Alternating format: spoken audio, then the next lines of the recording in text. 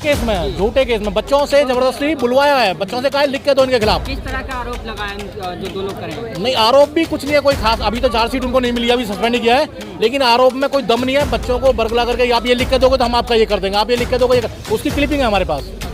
लेकिन इनको साजिश के तहत सस्पेंड किया गया क्योंकि इन्होंने जो है अथॉरिटी के साथ मिलकर ये किया हुआ है। हमारे पीछे 2 दिन का धरना चला था, बड़ी मजबूती से चला था ये टेंडर के लिए, आपको पता ही है। तो उसी का जो शायद इन्होंने खुंदक में या कुछ में ये किया गया है, ये बिल्कुल गलत है। नहीं, सस्पेंड का नोटिस जो निकला है वो 4 कॉलेजों में वो अलग अलग है, रीजन भी अलग अलग है, चारों का रीजन भी अलग है। लेकिन क्योंकि हमारे कर्मचारी सस्पेंड हुआ है और कर्मचारी हैं तो हम उनके साथ खड़े हैं सबके। तो जिस तरीके से अभी आपने अपना वक्त में बताया कि लगातार मंजू शर्मा जो नाम है, ममता शर्मा के खिलाफ नारे लगाने के पीछे उन्होंने सस्पेंड कर दिया लोगों को। ममता शर्मा ने 2021 के अंदर 22 आदमियों की अपॉइंटमेंट अवैध तरीके से की थी। उसका वहाँ की यूनिट ने विरोध किया। जब वहाँ के लोग धरने में बैठ गए, 59 दिन धरने में बैठे, तो धरने के बाद क्या हुआ, मीटिंग हुई है। मीटिंग के बाद रजनी अब्बी मैडम उस समय चेयरमैन थी, जो इस समय प्रॉक्टर हैं, उन्होंने यहाँ पे रजनी अब्बी मैडम, खुद प्रिंसिपल मैडम और हम लोग यूनियन के पदाधिकारी मीटिंग हुई। उसने कहा जो मेरे से गलती हुई है मैं उसमें वापस ले रही हूँ, और 14 आदमी उसने निकाल दिए थे वो जो गलत रखे थे। अब आज की डेट में वो क्या कर रही है, अब उसको लगा कि वो 14 निकाल दिए हैं, तो आज की डेट में इन लोगों के खिलाफ झूठे सच्चे आरोप बना के इन 2 आदमियों को सस्पेंड कर दिया उसने।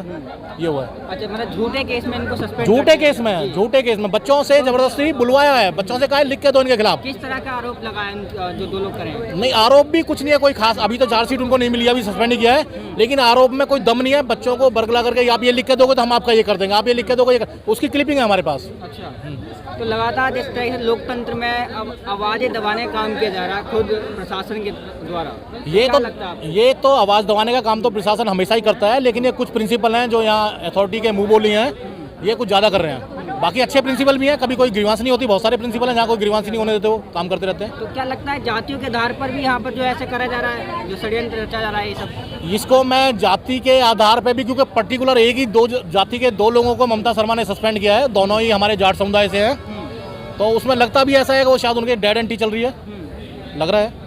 तो इसमें वीसी का क्या रोल है? जिस तरीके से वीसी के खिलाफ नारेबाजी हो रही है लगातार। नहीं, वीसी के खिलाफ जो नारेबाजी हो रही है उसमें तो हमारे 24 मुद्दे अलग हैं। जैसे हमारे दिल्ली गवर्नमेंट के 12 कॉलेज अभी भी सैलरी उनकी रेगुलर नहीं हुई है, और बहुत सारे मुद्दे हैं, वो दूसरे मुद्दे हैं। जैसे ई टेंडरिंग लेकर आ रहे थे, ये ई टेंडरिंग को अभी उन्होंने रिजेक्ट नहीं किया है, कोई कोरिजेंडम नहीं आया उसका, तो उन सारे मुद्दों के ऊपर है वीसी के खिलाफ। तो क्या लगता है सर, जिस तरीके से जाट समाज के 2 लोगों को एक साथ जो है बर्खास्त किया गया, मतलब सस्पेंड किया गया है, तो क्या एसटी समाज में भी इस तरह से कोई षड्यंत्र रचा जा रहा है? मैं ये जाट समुदाय के हैं, ठीक है, लेकिन इनको साजिश के तहत सस्पेंड किया गया है क्योंकि इन्होंने जो है अथॉरिटी के साथ मिलकर ये किया हुआ है। हमारे पीछे 2 दिन का धरना चला था, बड़ी मजबूती से चला था ये टेंडर के लिए, आपको पता ही है। तो उसी का जो शायद इन्होंने खुंदक में या कुछ में ये किया गया है, ये बिल्कुल गलत है। इसका विरोध करते हैं सर। विरोध करने के उस पर उन्होंने सस्पेंड कर दिया। देखो, उनको मौका मिला ना, वो टेंडर का अलग है, लेकिन ये केस पहले से चल रहा था इनका। हाँ, लेकिन ये बहुत बड़ा मुद्दा नहीं था, बहुत बड़े आरोप नहीं थे कि उनको सस्पेंड किया गया, ये बहुत गलत है ये। और इसी तरीके से कालिंदी कॉलेज में भी किया गया, ठीक है, तो वो भी गलत है। तो क्या लगता है आपको इस धरने से जो सस्पेंड जो है उनका रुक जाएगा? जो हुआ बिल्कुल रुकेगा, रुकवाएंगे हम, रुकेगा 100%। हाँ, हमारे अध्यक्ष महोदय खड़े हैं तो इसको आगे लेके जाएंगे हम, जहाँ लड़ाई लड़नी पड़ेगी लड़ेंगे। और अन्य जो 24 आपके मुद्दे हैं जो वीसी के लिए आप आज धरना कर रहे हैं, 2 दिन का हाँ जी, है, उसमें क्या क्या मुख्य जो है मुख्य मुद्दे काफ़ी है, उसमें प्रधान जी बताएंगे उसके मुख्य मुद्दे मैंने आपको बताया। दिल्ली गवर्नमेंट के 12 कॉलेजों का सैलरी नियमित करने का है, ई टेंडरिंग का है, उससे अलग कुछ हमारे कंपनसेट ग्राउंड का है। जो आदमी हमारे जो कर्मचारी साथी हमारे साथ थे 2004 में, जिनकी डेथ हुई है 2004 से पहले, आज तक उनको कंपनसेट ग्राउंड नहीं उन्होंने दिया है। तो पीछे इन्होंने एक कमेटी कॉन्स्टिट्यूट करी थी, वो भी 2021 में कमेटी कॉन्स्टिट्यूट करी थी। प्रोफेसर मनोज सिंह उसके चेयरमैन थे। कमेटी अपनी रिकमेंडेशन दे चुकी है, 2 बार से एग्जीक्यूटिव काउंसिल में लग रहा है वो, लेकिन आज तक पास नहीं हो रहा है। भाई जो आज जिसकी इनकी एज किसी की 51, 52 हो गई है, यहाँ पे कॉन्ट्रैक्ट में काम करते करते टिल टुडे रेगुलर लेटर नहीं दे रहे उनको। तो कर्मचारी यूनियन उन सबके साथ खड़ी है, उनका काम किया जाए। तो कहीं ऐसा दिल्ली यूनिवर्सिटी जो लगातार ऐसे विवादों में घिरती आ रही है पिछले कुछ सालों से, तो क्या लगता है कि दिल्ली यूनिवर्सिटी में क्या मुख्य वजह जो है कि लगातार वो विवादों में घिरती आ रही है? नहीं, विवादों में घिरती आ रही है, विवादों में क्या, देखो कर्मचारी का, मैं आपको ओपन बोल रहा हूँ, कर्मचारी को हमें अपनी तनख्वाह से मतलब है, हमारे जो अधिकार हैं वो हमें टाइम पे मिल जाने चाहिए, हमें इससे मतलब होता है। जो दूसरी राजनीति है उसमें कभी कर्मचारी नहीं पड़ता है। तो आपके अधिकारों का हनन हो रहा है? हमारे अधिकारों का हनन हो रहा है, हम आवाज़ उठाते हैं, यही हमारा काम है। वीसी से कुछ आश्वासन मिला? नहीं, वीसी साहब से मीटिंग नहीं हुई थी, रजिस्ट्रार साहब से 5 तारीख को मीटिंग हुई थी। रजिस्ट्रार थे, जॉइंट रजिस्ट्रार थे, उन्होंने पॉजिटिवली बोला है और अच्छा एक डिमांड हमारी और है, यूनिवर्सिटी को 100 साल हुए हैं, यूनिवर्सिटी सेंटेरियन यूनिवर्सिटी अपना 100वां साल मना रही है। जब 75 ईयर्स यूनिवर्सिटी को हुए थे, 75 ईयर्स जब यूनिवर्सिटी को हुआ था, उस समय रिस्ट वॉच इन्होंने दी थी सब कर्मचारियों को, टीचिंग नॉन टीचिंग बोथ को।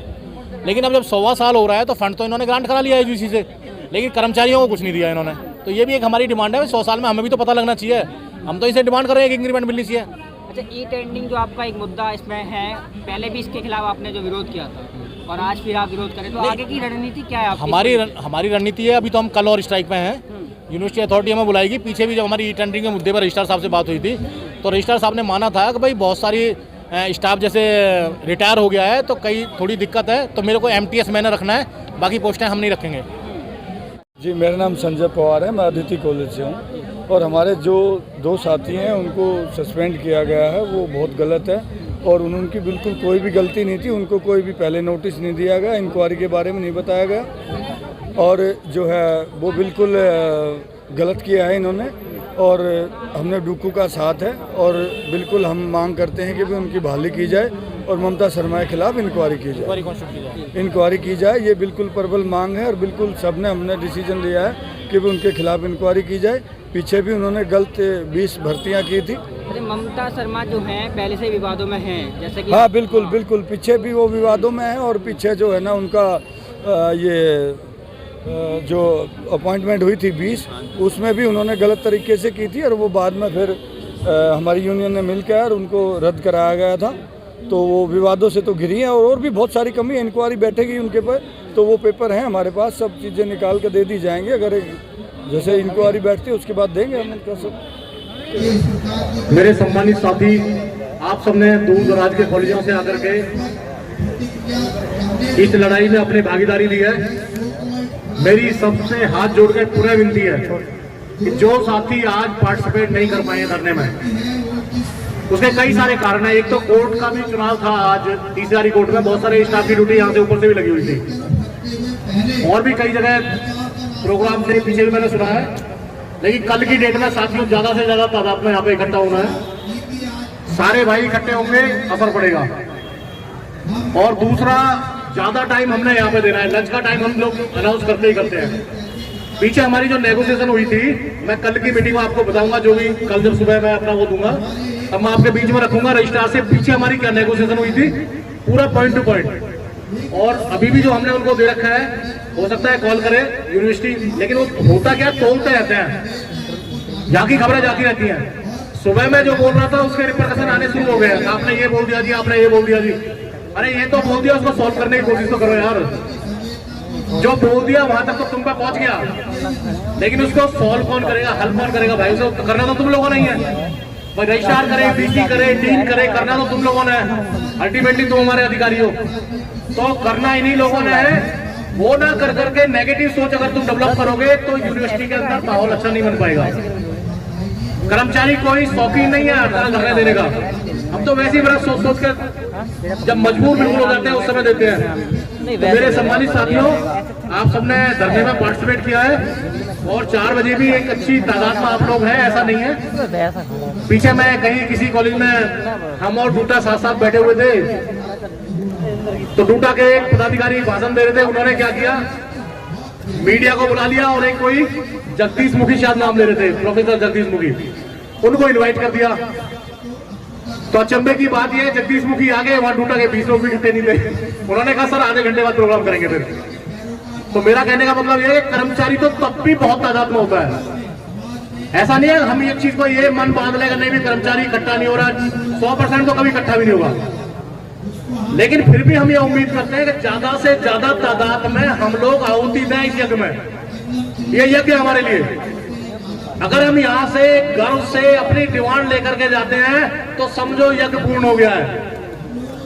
2 दिन के लिए हम धरने में आए, हम वहां जाएंगे, दूसरे लोग पूछेंगे प्रिंसिपल है, टीचर्स है, क्या हुआ भाई, रिजल्ट कुछ नहीं है तो फिर क्या हुआ, यज्ञ तो अधूरा है। लेकिन अगर हमने यहाँ पे आहुति पूर्ण दी है और हम यहाँ से जीत करके जा रहे हैं तो उनके मनोबल डाउन होते हैं। वैसे तो मैं आपको बताऊं साथियों, मेरे ख्याल में इस यूनिवर्सिटी के अंदर कोई ऐसा प्रिंसिपल नहीं है जिसने मुंह उठाया हो और कर्मचारी के ऊपर आघात करने की कोशिश की है और उसका फंड ना खुला गया हो, ओपन बोल रहा हूँ आपके। कोई प्रिंसिपल नहीं है, कोई खुदा का बच्चा बन रहा हो।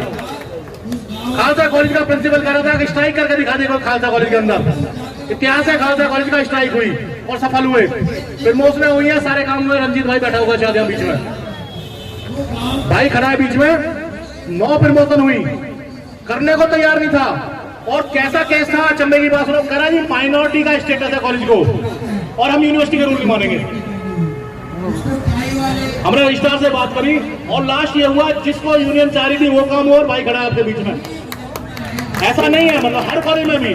अब ये एक ममता शर्मा जिसका पूरा परिवार ही, अकेली नहीं है वो।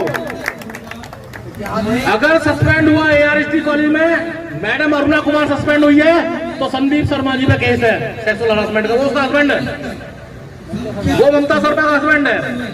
एक उसकी बहन उसके खिलाफ, क्योंकि मैं हेल्थ सेंटर की कमेटी का मेंबर हूँ, हेल्थ सेंटर से इतना बड़ा कंटेन भर के ले जाती थी हर महीने दवाई का, हर महीने।